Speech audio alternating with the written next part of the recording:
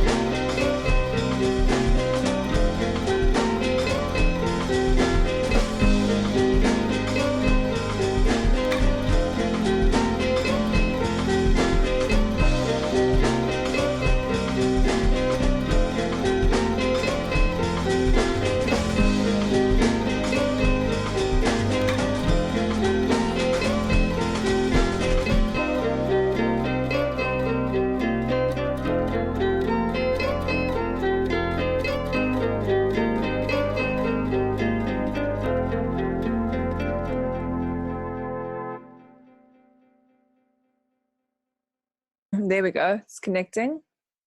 Okay. I can hear you. Oh, nice. Perfect. Yes. And you can see me, right? Yes, I can. Is it better? Yes, I think it's perfect like that. Oh, cool.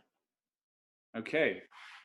You look so bohemian. It's very beautiful setting. Yeah, it's all white. Eh? Yeah. You can see that on the screen. It's like a little studio. It's really cool. Are you at the studio at the moment? Yeah, I am. Not the entire studio is all white like that, but yeah, I choose the wall that is white for. I can show you the rest. You've never been there, right? No, never. Looks a bit like it. Oh my gosh, it's beautiful. Yeah. Where does everyone work? Sorry? Where does everyone work? We have different rooms. Let me give you a quick tour so you can see. So you got like a few computers here. Mm-hmm. That's where the backgrounds people are working. They do like all the backgrounds for the shows. That is so cool. Then we go upstairs. We got the compositing artists that work here. Wow. And the production team works there. It's huge. It still keeps going. It's pretty big, yeah. Oh my gosh. That's the bus part, like where I am with my two other friends. Oh, that's so cool. And then we go down again, and we go back to the place where we were here. Oh wow. Wow, that's like really cool that it's a little circle. Yeah. That's There's cool. 2 other floors, like, because it's like outside it's like little passerelle like that. So it is. Beautiful. And so this door is ours too. Oh wow. It's near Montmartre. Okay. Oh, that's so cool. It's a pretty nice place, I must say. That's the best. Pretty happy here. I love all the blue windows. That's so cool. Yeah. It's so Parisian. It's like it is. It's super it's Parisian. So cool. It makes me so jealous because I want to be there. To just keep the charm of the place, especially when we have like clients who come here from United States, so they love the setting. Yeah, it's like you just fall in love immediately. That's what Paris does to you. Yeah, I think so. unless if you're like, if you live there full time, then probably. Yeah, I don't know.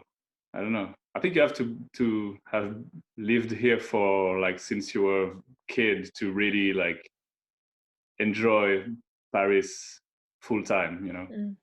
Like me growing in the countryside, I can't stay here like full time. I always have some moments where I need to get out and still a big city with a lot of people and stuff, but that's just me. It's so funny how that happens.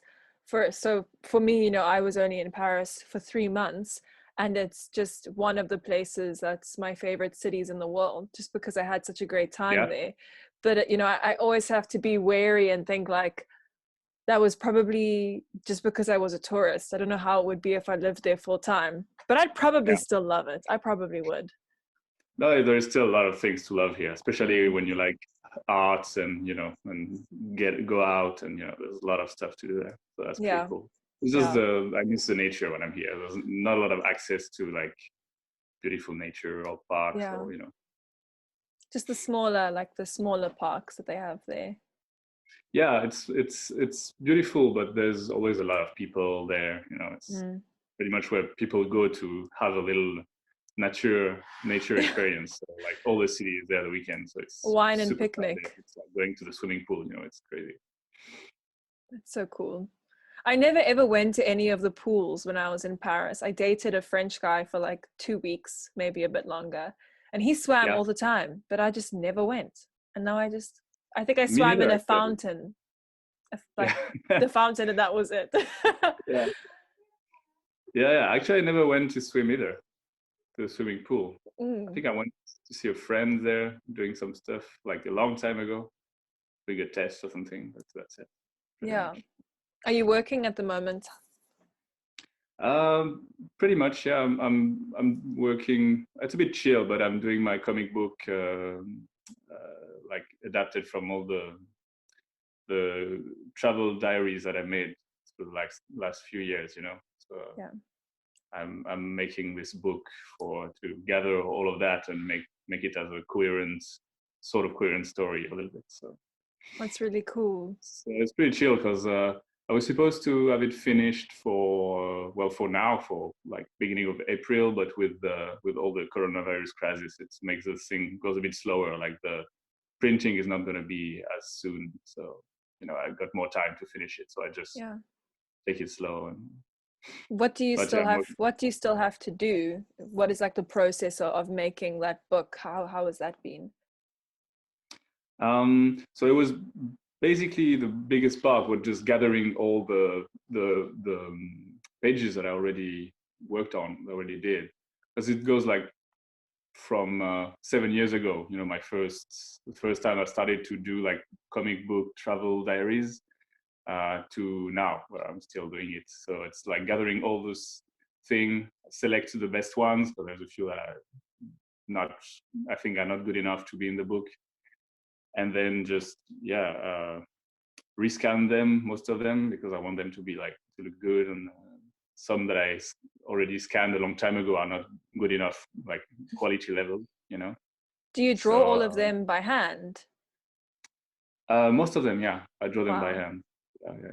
Yeah. I like inking with the real pens, you know. That's so cool. You should do like a process video where you just film yourself making that, because I would love to see that. I think so many people would actually just love to watch you. That could be interesting, making it.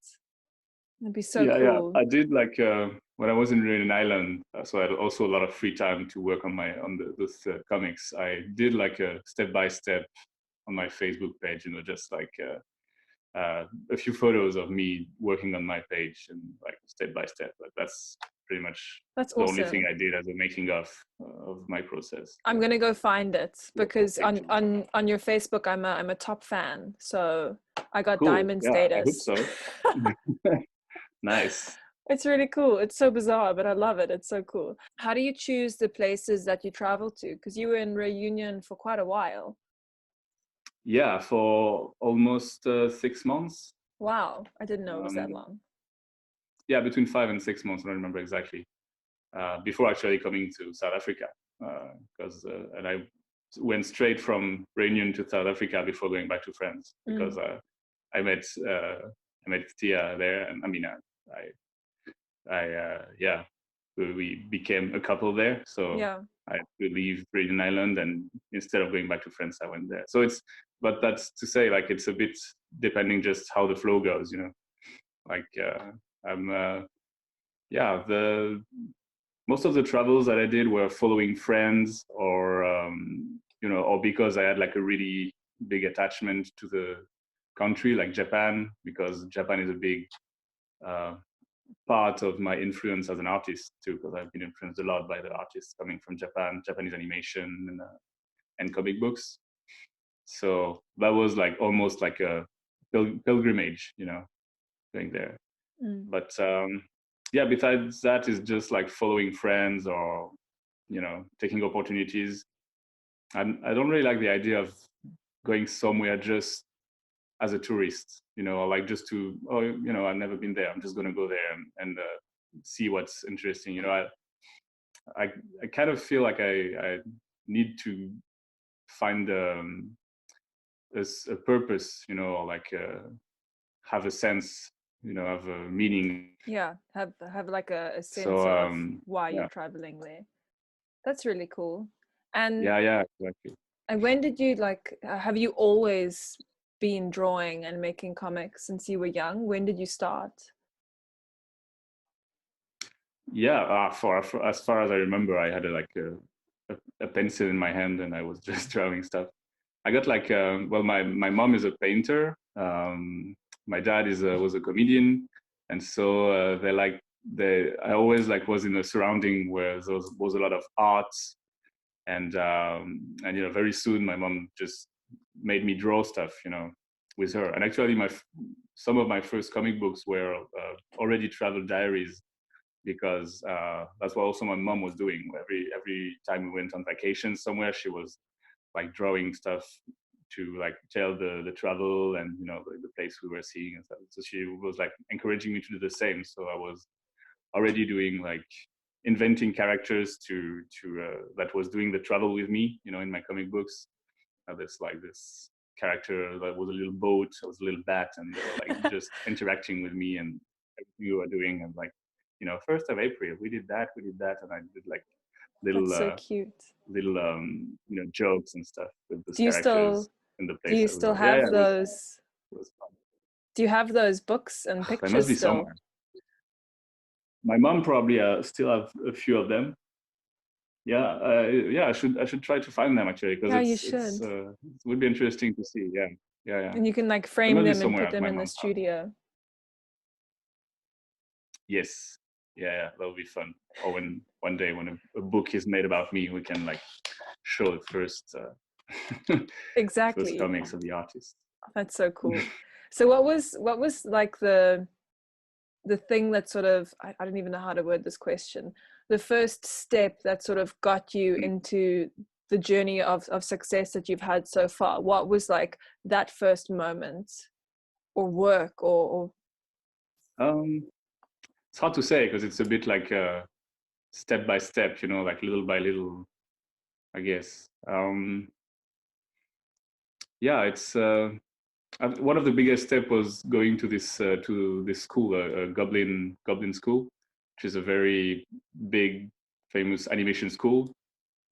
And there you meet a lot of people, you do a lot of contacts, and you meet people that have the same passion as you. That's where I met my other colleagues, and the one with who I created the studio where I'm working now. And so I think that's pretty much the moment where I was like, okay, I can make a living of that, and I can make this work. You know, before that it was more like before that I was still a student. After Goblins and after going out of this school, it was like, okay, now it's real. I make it a living, and you know, I published my first comic book once I was just when I was leaving school, so that was pretty cool. And since I've been working both in animation and comic books, and I still want to do the two of them because I love both of the medias. But yeah, and after that it went like, yeah, little by little we started very small with the studio, of course, and we didn't want it to push too hard to make it work first, because that was one of our main goal, was like we want to do quality, not quantity. We had a lot of other studios that were created at the same period of time, like from other friends and stuff, and they were already doing a lot of advertising, you know, and like pilots, and they were working a lot, and they were doing great work and were very successful, but they were more like, yeah, advertising and stuff. That's not the thing we wanted to do. We wanted to like tell cool, good stories, you know, have good stories to tell and stuff. So we were very picky on the project that we were taking. So it took a few years before it actually started to work very well. The first years we were really selecting the project, and we didn't really care about the money, because at this time we could also work separately on our own, you know, on other stuff. Like we could go on other studios. Me as an animator, I could just go and work there, and you know. And as soon as we had free time, we went back and just we're working on our projects at Studio La Cachette. So yeah, it went very slow at first, and it's actually just after my trip in Reunion Island that it's starting to get really big, with like getting contacts from Netflix that wanted us to do some stuff for them, and since it's had been like growing crazy fast, like this last 3 years have been crazy, because we have a lot of amazing projects, and we now have the means to start our own original projects, which is why we created the company at first, because we wanted to tell our stories and be as independent as we could. And now we're getting to the point where we can actually start to finance our own stuff, and that's really exciting. That's so amazing. It's like, I just love hearing that, you know, the risk that you guys took in, you know, really like sticking to your values and your beliefs of how you wanted it to be.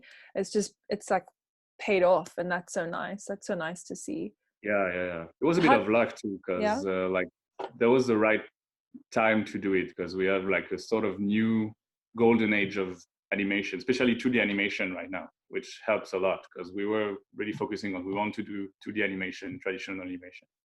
And that's the perfect timing, because just before we got out of school, it was like people were saying like, no, 2D is dead, 2D animation is done, you're never gonna get work for 2D animation, like it's only 3D and stuff.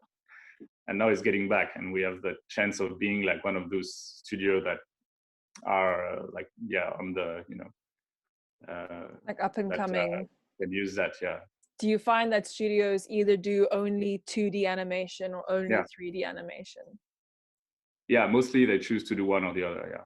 Because it's more like it's different way of working, you know. So even if the basics are the same, like you tell the story the same, and it's the beginning of a production would be the same depending if it's a 2D or 3D animation. You do the storyboard the same and stuff, but then it goes in two different directions. Like 3D is completely different tools as 2D animation.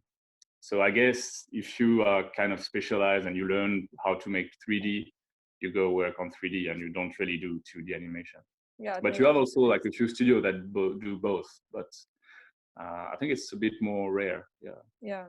What is it about 2D animation that like stole your heart so much? Yeah, I guess different thing. First, probably the fact that I grew up mostly watching like old school cartoons and you know, like 2D animation. Like 3D arrived when I was like around, I don't know, like kind of arrived as I grew up. Like when I think the first like long feature 3D movie was Toy Story, and it got released in what, like 95 or something. So it was already like, it was just the beginning of 3D. So most of the thing that I grew up with was 2D animation. And also it's, for me, it's more fun to do, more enjoyable to do actual drawings than to play with like this very gray softwares, you know. It's way more enjoyable to actually draw the characters. And yeah. And now, so now you're working on your comic book, and what else is the studio working on? Do you guys have any projects at the moment? So right now we just done, like, we finished with the big series we were working on, was Primal, was a series of Genndy Tartakovsky, which is he's a big name of animation, so it was really amazing to work on that. And but that's done now. So now we actually are more going to focus on our personal projects. As I was saying, like we can afford to work on our original IPs, you know. And so yeah, I think that's going to be the biggest of our time is going to be like for that. Yeah. And so one of the projects is an adaptation of my comic book of Le Collège Noir, and to make it as a series, so like a kid series. So that should maybe, yeah, the production should start soon, probably. And we have a long feature film that's also in that my colleague Julian Cheng is writing right now. And my other colleague, because we're three in the company, I mean, three to own the company, and the three of us are working on each on our project. The third one is a mini series with a bit more realistic, because it's like the story of a postman in Paris, you know, who goes is delivering in Paris. That's so cool. And mine is more fantastic, still like grounded in the place where I actually grew up, like in Cantal, in the countryside, with those college boys, high school characters that are like have to fight the creatures of the darkness around there in the forest around the high school. So yeah, it's That's a bit so more cool. fantastic. That's awesome. Yeah, it's a lot of work, but that's cool. Yeah. And how did you guys how did you actually get to work with people like, you know, the people from Netflix or Genndy? How did they find you? Did they approach you, or? Most of them, yeah, they just approached us. Again, I think that was a good part of the strategy that we had, that just released like stuff that we really think are worthy to be shown, and like projects that are good enough, you know, I mean, quality speaking. Because every time we were reading something, it was like getting a bit viral, and, you know, like people starting to know us as a studio that crafted like good stuff. And so every time it was like people that was like contacting us saying, hey, I saw this thing you did, or I heard about you, and like, yeah, I want to offer you that, like, are you ready to work on that thing, or, you know. So yeah, it was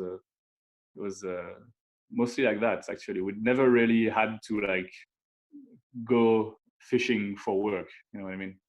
Yeah, that's really cool. So yeah, a lot of those things were also like happening in the festival, an Annecy festival, which is like the international animation festival in Annecy in France. And we meet a lot of people there too. So usually we get in touch with people via emails and stuff, and then we see each other at this festival, and we deal any deal that we have to deal with them. Or, That's amazing. So it's really, it's kind of like that whole thing of sort of who you know and how you network, and creating good bonds that you support each other, which is, I think, is really cool. It seems like, what is the industry like? Is it quite competitive, or do people generally, is it like, hey, I want to see you win, I'll win, you win? What is that like? No, I never felt a real competition, even if it can be like a friendly competition, because the thing is it's a very small world, so like everybody know each other in the industry, so it's never like, I mean, you already know the people you like and you don't like, and each project that you see, you're gonna have someone you like on this project, and so yeah, it's more like you encourage each other to to do the stuff, and I mean, especially in our position where we do stuff that I think are a little bit like, we don't see a lot of people that do the same thing as us, so we don't really feel the competition, I guess. And for the one that's are doing something similar, yeah, it's more like friendly, encouraging each other, and because we also, like, it's the contracts of the animators that work with us. It's usually that it goes for 6 months or something. They work on the project for 6 months, and then they go somewhere else, and they go in another studio, or if there is no work with us, they go somewhere else. So everybody. That's also why everybody knows each other, is because people are going from a studio to another. So part of our team that is now done with Primal is going to probably go somewhere else in another studio, work on, so yeah, we have this exchange of people all over the industry. That's so cool. How do you, like, I just had the sudden thought, how do you navigate interviews if you ever have interviews and people ask you stuff that you can't actually speak about? Like, how do you just say, tell them, sorry, like, sorry, yeah, I can't, NDA, it's not up but it's for funny discussion. to arrive in that kind of world where, because before that I was like, I didn't work on any interesting enough projects to be like, you have to respect the NDA and stuff, especially when it's all projects. It's like nobody cares. It's like my comic book. So I can spoil my comic book as much as I want. Nobody will care. But they now probably that we're do care. People probably do care if it's like they don't want to hear the spoilers, unless they of course. But the fact that now we are like starting to deal with Netflix and Cartoon Networks and stuff, it's starting to be a bit more important to be careful, and it's a bit more. That's the problem, especially for me, because I'm like, I have no boundaries when it comes to like talking to people and stuff. I'm just like, I never know what I'm not supposed to do to say. It's like, what am I actually allowed to talk about? Oh no, you needed like a little script. So I had a few times when my two colleagues were like rolling eyes at me on a call with another client who was like starting to talk about something and stuff, like, no, don't talk about that. So you guys you need like a safe word, like a code word that you just immediately know. You're like, oh, someone's on the phone, Jason's on the phone, and then you're like, okay, cool, I can't talk about this. I should get that, but now I'm starting to get a bit more trained to like avoid this kind of. I know that usually, when I don't know, I just let my other colleagues speak. I just like stay silent, and I just turn around to look at my friends. And everyone thinks you're like the silent, mysterious one, but you just don't want to give away the spoilers. I'm like the one pulling the string behind, but I'm not talking. I'm just the shadow. And you guys, your studio, you guys don't have Instagram? No, we're not really. That's also something that we agreed on, that we didn't want it to be too present on the social medias. First of all, because it's a lot of work, and if you want to really like do something regularly, and and if you start something like that, you have to post some stuff, and every day. So we're like, now we just have a Facebook page when we post some announcement every time that we release something. Cool. But otherwise, I've seen like, I don't know if it's people that work for the studio or whatever, but they'll like, if they post stuff that's to do with the studio, they'll always hashtag Studio La Cachette, and that's sort of how I was like finding a bit more content about you guys, because I was like, what the hell, they don't have Instagram. how do I promote you? But I guess you're a little bit more like underground, the cool guys. Yeah, exactly. And we think that the work can speak for itself if it's good work, you know. That's pretty much what's happening, is because we have a lot of like also all our animators are posting for their show reel, or you know, like on their Instagram they usually posting some stuff from the show they're working on. Yeah. So they just post a little hashtag Studio La Cachette, and that's good enough for us. We kind of like the idea of staying a bit underground, and because it's not like we don't have a lack of work or anything. You know, the projects comes even without us like being very visible on the internet. So yeah, and I suppose it's like the people who need to know about you, like the ones who'd be hiring your company, they already do. They already know who you are. Exactly. Yeah. Even clients and stuff. Like if they want to contact us, we're still reachable. You know, like we have like a website with an email and stuff. So that's I guess Instagram is kind of more for people like me who are not in the industry and are learning about it. I guess for independent artists, I use it myself for my all my comic book parts. You know, like I have my account. But it's very useful for independent artists, I think. I agree. Yeah, I mean, even with all my nail stuff, you know, when I started getting business in the beginning through that, it was, you know, I wasn't advertising and I wasn't doing any paid promotions. It was all just people sharing and, you know, doing referrals or like that sort of word of mouth, or adding an image of my nails or whatever to their story, and that's kind of how it spread. So, you know, the power of social media in that sense is so nice, because you can really find a way of sharing with each other, like your stuff with other people and vice versa. And do you focus on like one specific social media, like just Instagram, or do you also have like a Facebook page, or are you trying to reach as much as possible? I probably should have more social media. I kind of focus mainly on Instagram. That's kind of how I started. I have like a personal Facebook page, but I don't even do a lot of stuff there. It's usually just for sharing nonsense videos that I find. But Instagram is sort of really, you know, where I started encountering a lot of other nail artists and a lot of other inspirations. So I thought, okay, cool, I'll make my own account. But I think the goal would be eventually to kind of have my own website where people can either make bookings through there or buy art, or I don't know, I'd love to start making clothes and that kind of a thing. So that's sort of the bigger dream and the bigger goal. But yeah, for now it's still small. And I'm still learning, you know, so much. Like I tend to be, I think the downside of it is I tend to be on my phone quite a bit, because I'm constantly, you know, like trying to create and get ideas. That's a full job to take care of social media also. It really is. And I think that's why it's so important.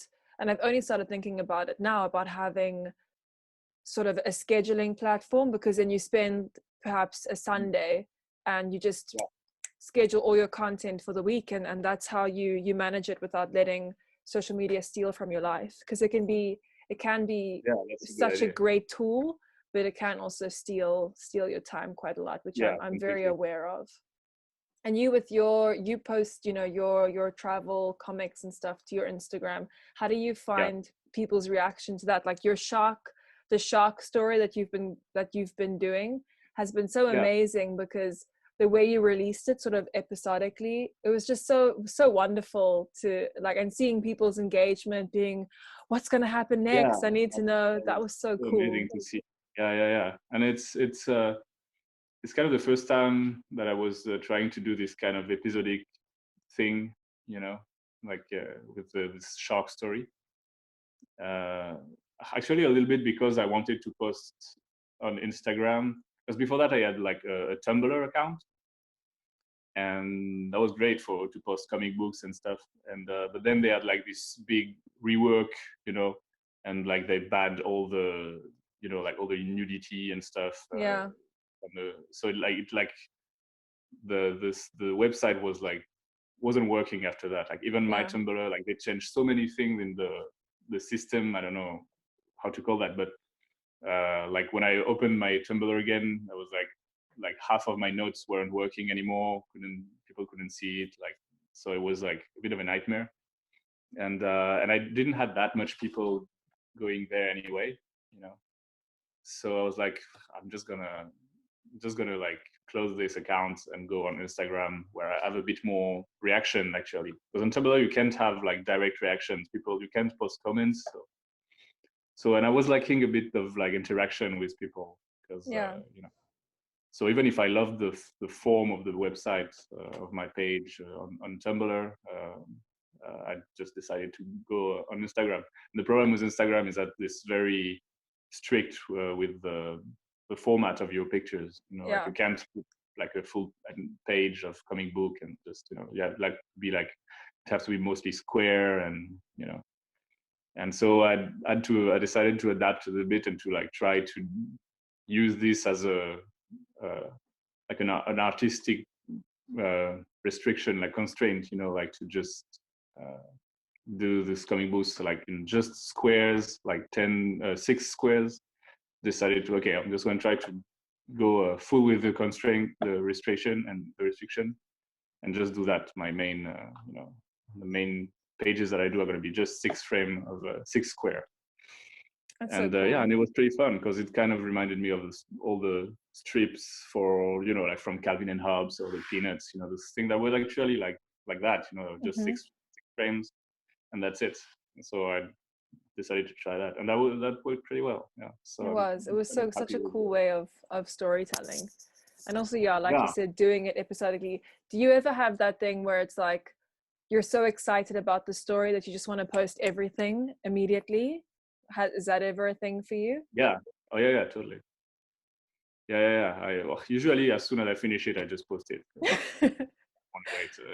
That's how I am. Even if sometimes I try to do like, because I had a few people that told me like, yeah, but you should wait like this day 9 in the morning. It's a perfect timing to post your thing, and like, you know, like, okay, I just like, maybe I can wait until, no, fuck it, I'm just gonna publish it, and I just want the reaction. I have on my nail account, I made it a business account so that I could, you know, watch for analytics and account things and that. But I'm so bad because I really don't pay attention. You know, as soon as I do a set of nails, I decide, nope, I'm posting it immediately. I can't wait.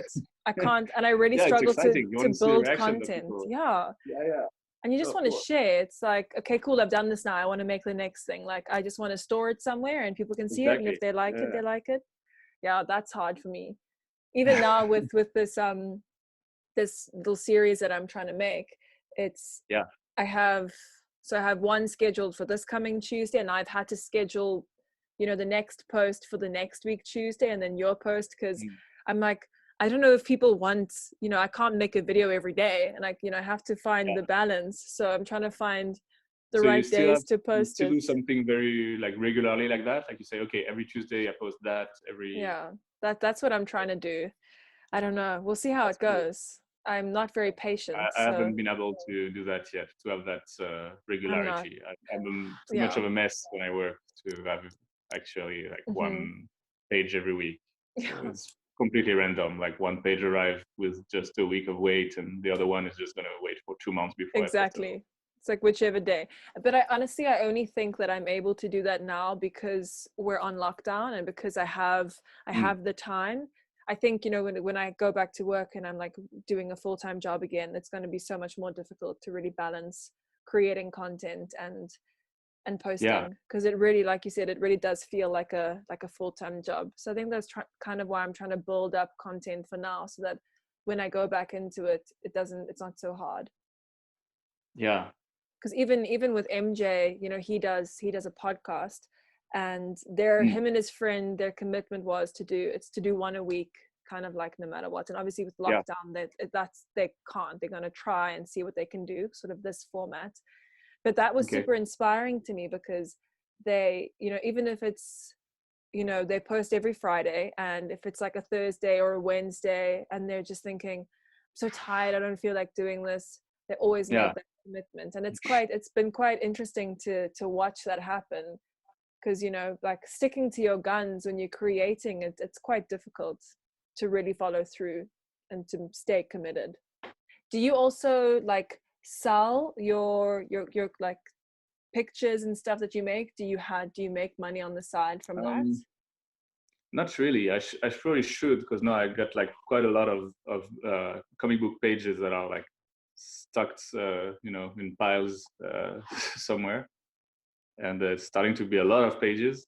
So maybe I should start selling them. Yeah, that was one of the questions I was asking myself. Yeah, you should. That's such a good idea, especially now. I mean, I don't know if it's such an issue for you, but now while people can't really be working in office or doing things that they're doing, I've seen a lot of, for example, in my industry, a lot of nail technicians either making raffles where you choose a number from a sheet, and then if you get the winning number, then you get like a big prize, but everyone pays like €5 for their number. So, it's a nice way that those nail techs are still making money, but also still giving back to their clients, I guess. Because I think it's so cool to be able to buy your original artworks or scans of it. Yeah. No, I should definitely. It's I should. The idea was maybe me to hire someone, or to use the website of the studio La Cachette, because we're gonna make like a new website, to have like a little online shop, where I could just sell stuff. But so I don't really have time to like go into all my pages and put them online, scan them and stuff. So you have to honestly get an assistant or someone to do that. Yeah, I think so. It can be Tia's job. Yeah. Well, she offered already to help me with the pages, so I'd love her to help me, actually. That would be great. Yeah, she's so good at that. She's got such a good eye in that way. Oh yeah, definitely. She got such a good artistic taste. Yeah. What do you have you ever thought, like, what advice would you tell yourself that you've learned now that you would tell yourself starting out, like when you first started at school doing animation and stuff? Have you learned any lessons you would want to share with baby Ulysse? That's a good question. I don't know. I don't know if I would do anything different. But it's a good question, though. Maybe I would tell him to start traveling a bit sooner. Because I actually haven't started traveling before, like doing what I would call real travels, before I got out of a goblin school. That's where I did my first big trip in Japan. And before that, I didn't really. I was also, because I was in Paris for studies and stuff. So I guess it was also for a good reason. Yeah.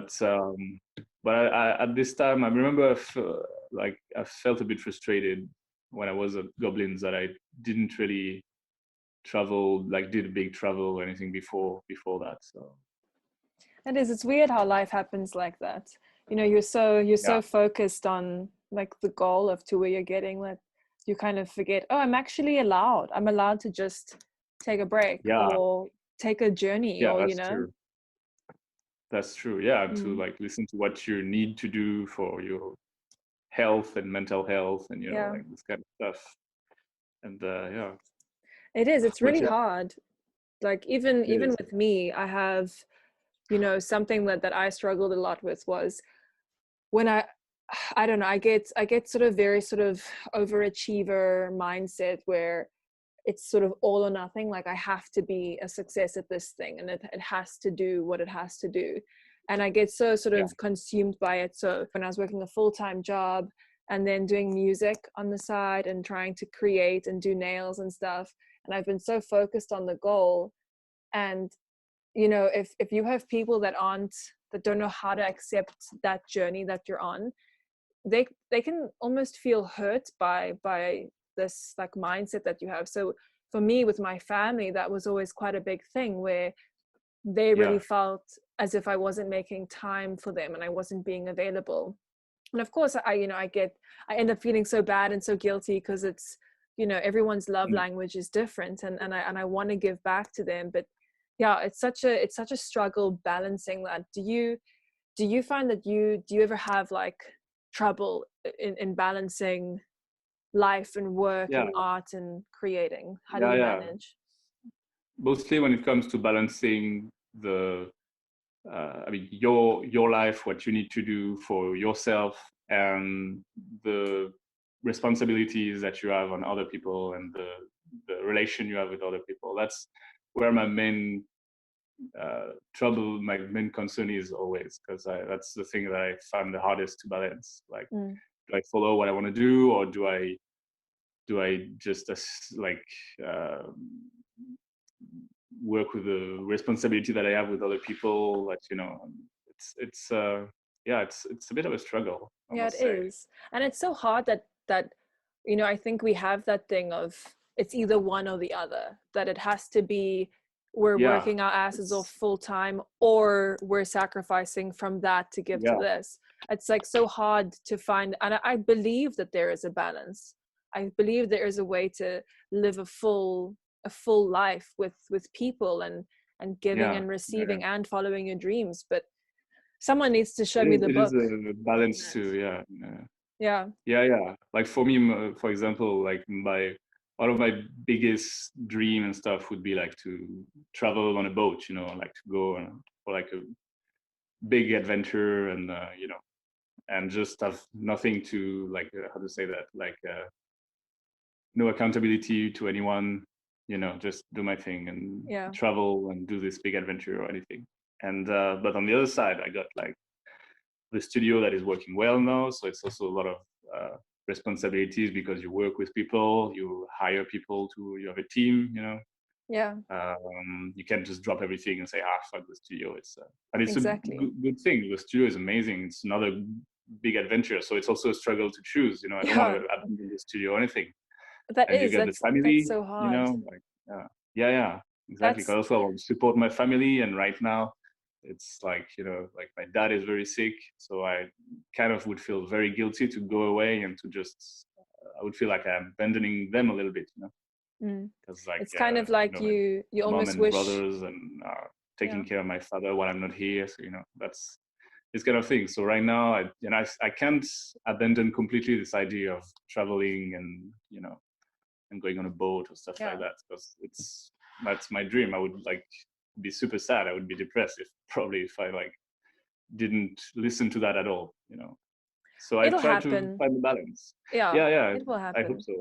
But that is hard, because it's like, I like what you said there, the studio is still an adventure, and it is still like one of the big dreams that you had and that you started, and now it's like I kind of haven't thought of that even for myself, if say like the nail business, that's my dream and that's what I want to get good at, and I really want to share information with people and teach people. I haven't really thought the extent of that dream through, because if one day that becomes super successful and fills up all my time, then it's like, it's weird, because then it's all the other dreams that I have, like even that's also maybe that's the biggest problem, is like when you have several dreams, you have to at some point maybe choose one, and like it's hard to make all of them true, I guess.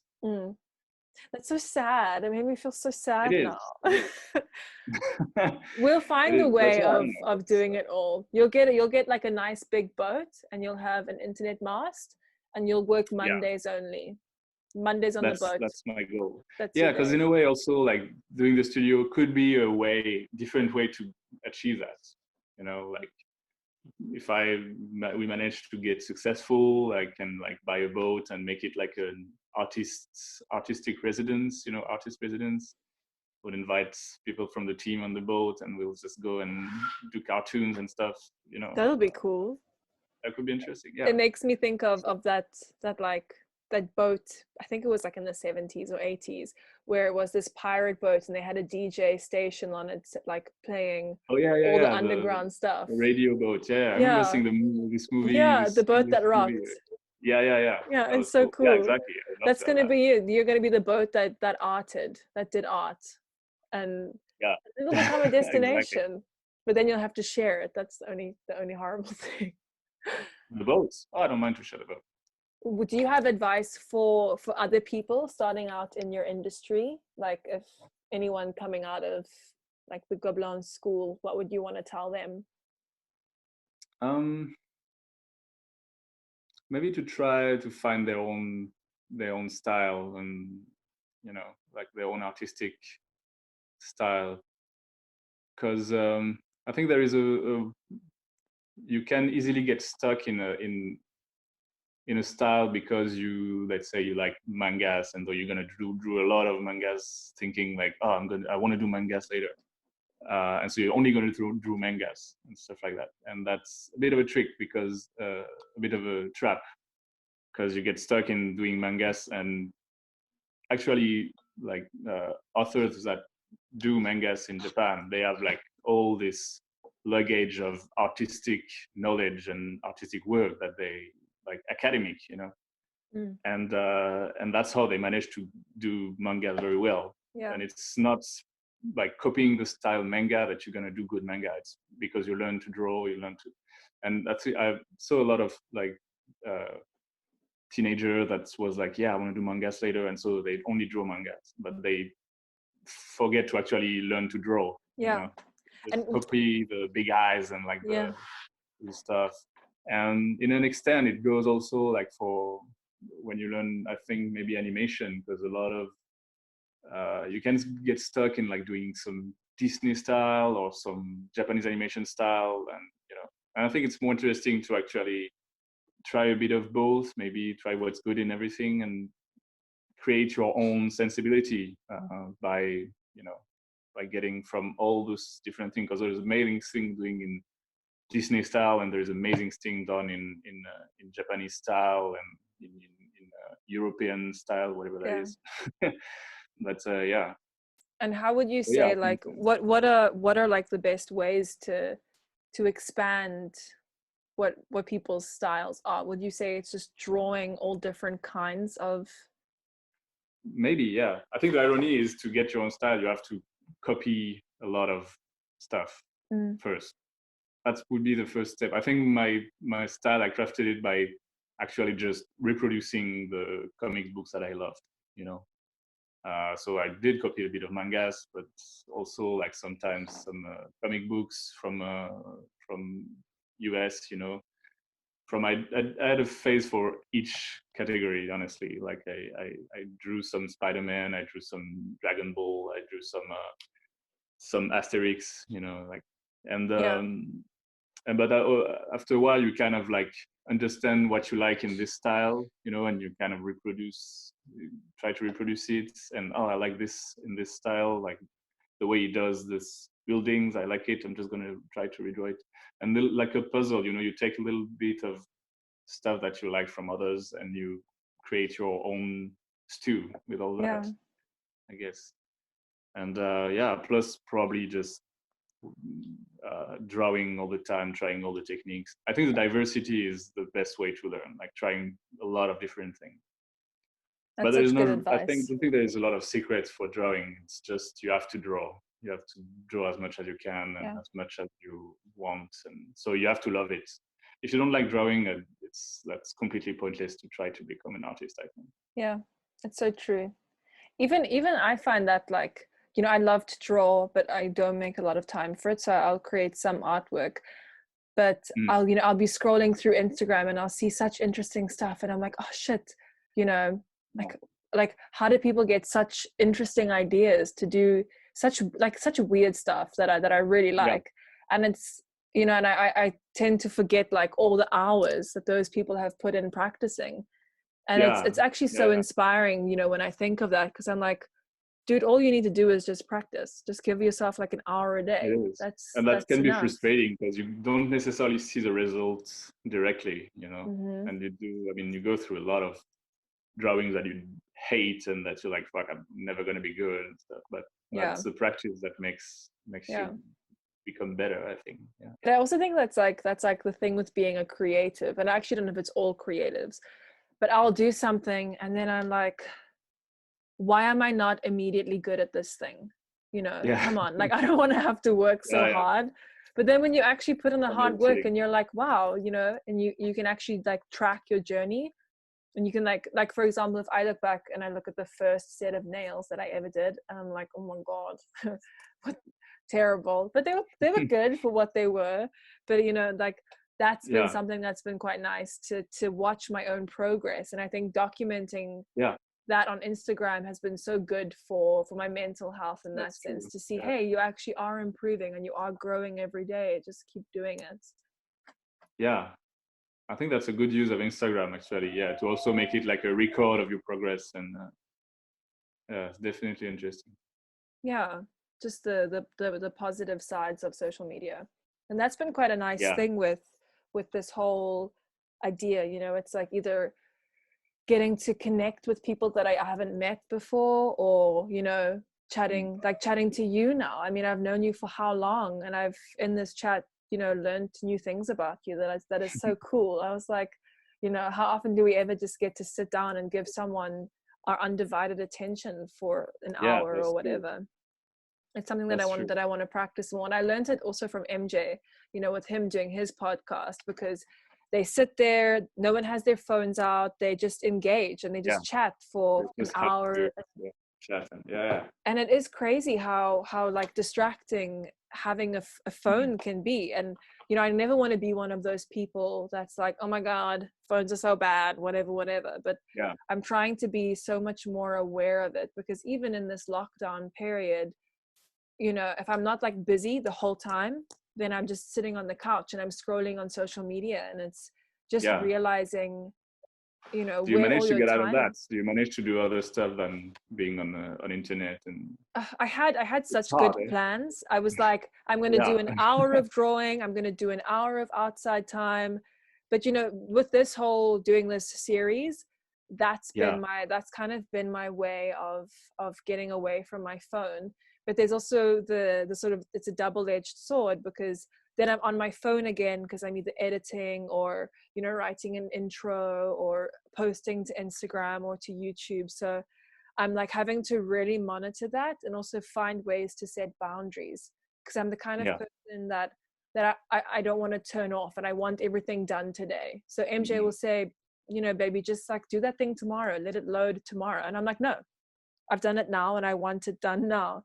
So that's a big lesson that I'm learning about myself. Do you have that kind of, how do you set boundaries for yourself when you're working? Now, the opposite problem that you have. It's for me, it's actually harder for me to work on the lockdown now than when I have like a more structured planning, you know.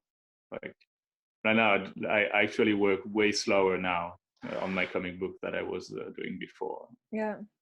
Because I don't know, it's I my mind wanders a lot.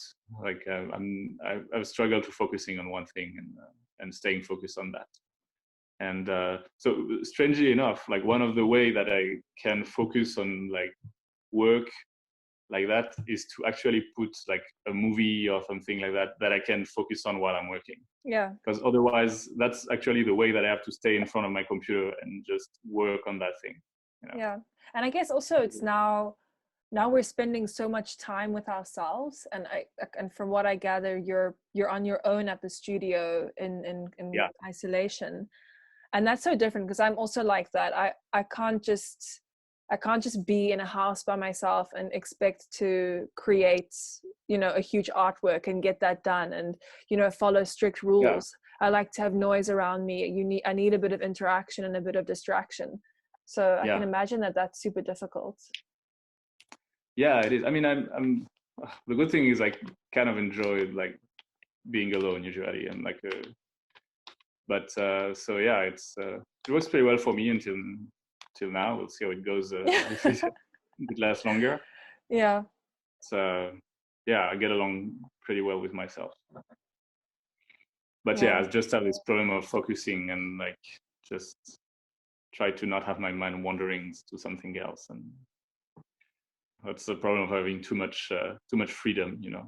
And do you think it's also because you're working on your own deadline, like you're producing?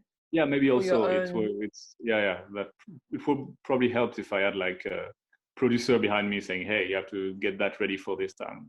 So right now it's only for my own projects, so I'm the one pretty much deciding the deadline. So. Yeah, that's also must be quite difficult, because you're just accountable to yourself, so you can also bend the rules. But that's the trick, that's the trap. It's like you bend so much the rule that you just get lazy, you know. Yep. Yeah. One of the actually one of the coolest job I did was with Le Collège Noir, this comic books that I did, because at first the first seasons were published in a magazine.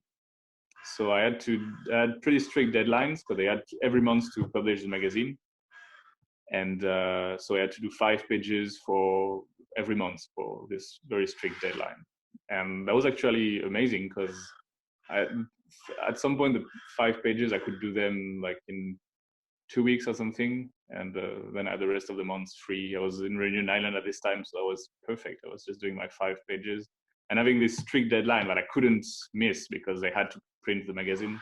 Was actually pretty helpful, because I just knew that even if sometimes I just spend like 2 days just rushing the stuff because I got a bit late, at least after that I'm like, I'm good, you know, I've done the thing, I'm free for the rest of the week.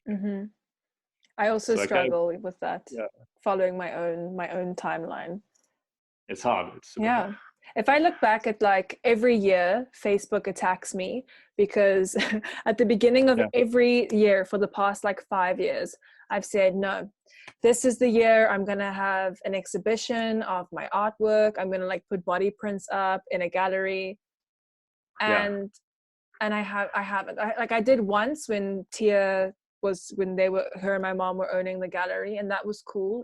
But like every year I'm like, I'm going to do this thing. And then I lose the motivation, or I lose the confidence in myself to do it. Yeah, it's hard. Well, us with the studio here now, we hired people to help us with that. We have like a producer and I don't know how to translate that in English, but like a girl that's also help us to like put some some planning on our projects, you know, like give us a bit of deadlines, like okay, we can try to get this found from this program, so you have to get this ready for that. And so it helps for us to have like those two girls that are helping us to make to give us some deadlines and some, you know, they like schedule meetings, like, okay, these meetings you'll have to have that ready, you're gonna show it to us and we'll discuss that and stuff. So it's helpful. Maybe you need to find someone, I don't know, this is probably maybe a silly idea, but find someone who's like close to you, but who's not going to annoy you if they start asking you. And you just like give them your ideal list of like what your deadlines, what you want to be. And they can just check in with you every week being like, hey, Ulysse, what's happening with this? Have you drawn this? What's the process like? Yeah, it will probably help. Put some fire under your butt, but it has to be someone that's like it can't be Tia, because then you might start getting annoyed. You're going to be like, bitch. Yeah, I wouldn't want that. I need a break.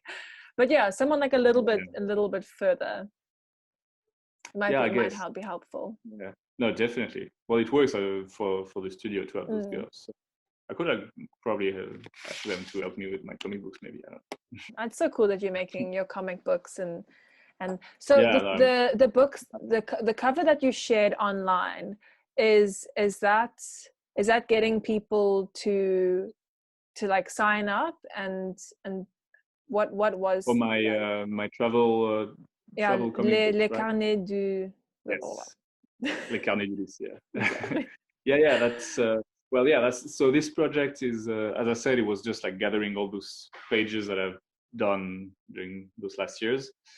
And so I for all my other comic books, usually I go with a publisher. But for this one, I was like, I actually tried to sell it to my other publishers, but they weren't really interesting because it's more it's very it's hard to sell. You know, it's everything is pretty much in black and white because I didn't put colors everywhere. And it's like completely random stuff. Like all the pages are like different formats and stuff. So every time I was showing that, they were like, okay, but it's not like, it's all over the place. You know, there is not like a real concrete project.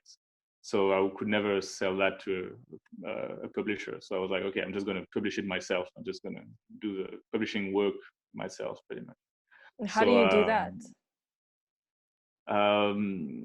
Well, the biggest part was just the printing, basically, because I can do the all the visual part myself. I can gather the pages and put them in the right size, the right format and stuff. I just have to send it to a printer, and so I contacted this friend who has a printing company, and so I contacted him because he's a friend, and already worked with him on Le Collège Noir because he was working at Milan, my other publishing company before, where I was working with. And so yeah, anyway, so he's gonna help me with all that, and it's gonna be financed by the studio, by La Cachette. Amazing. Are you gonna do it on like a order to print kind of a thing? So if 10 people order, then you'll print 10 books, or is it printing a set? So I shared that on. So as I'm not going through a publisher, I'm not going to be like in libraries and stuff like that, like a big publisher would be. So the idea was what I did this last weeks was to put it online to do pre-orders. That's cool. So I went through this French website, which is pretty much Kickstarter, but in French. Okay. And I put in the book on for pre-sales here on the website. And so the book would have been published anyway because we already have the money basically. But it was mostly a way to have a platform to sell the first book, boost the first sales, and to present and also the project. To create that client base. That's cool. So then how can we help support you more, like sharing to socials and that kind of a thing? Yeah, I guess. Yeah, you can share that. So now the crowdfunding stuff is done. The campaign is over, but there is still a way to buy it. It should go through OKPAL. I'll have to put the link on my Facebook, and it is on this page that I shared for the crowdfunding. Cool. To still, like, if you still want to buy it, you can still buy it via this OKPAL website. That's awesome. Yes, it's the best way to get me happy. Exactly. We have to we got to just all support people and what their dreams are. Yeah. Support people's dreams. It's so important. It really Definitely. is. But thanks so much for joining and for being part of this and for putting up with the internet. Of course. Thanks to you. How many people have you interviewed yet? So far, you are person number 4. Oh, cool. Yeah, there's a lot of people, musicians, it's very diverse. Tattoo artists. I'm really excited. Yeah, it's so fun. I don't even know if people are going to watch it, but I don't care. If it interests one person, they'll watch it. Yeah, well, it'll be perfect for me to have something to watch while I'm working. Exactly. Now's the time. I'll just put that on the screen. Your interviews. Well, thank you so much. I really appreciate it. Thanks to you, It's so nice to chat and hang out for a little bit. Yeah. Yes, that was great. But cool. But I'll see you soon, and we'll have another chat soon. Yeah. Okay. All right. Have a nice day. You too. Have a good day. Bye-bye. Bye.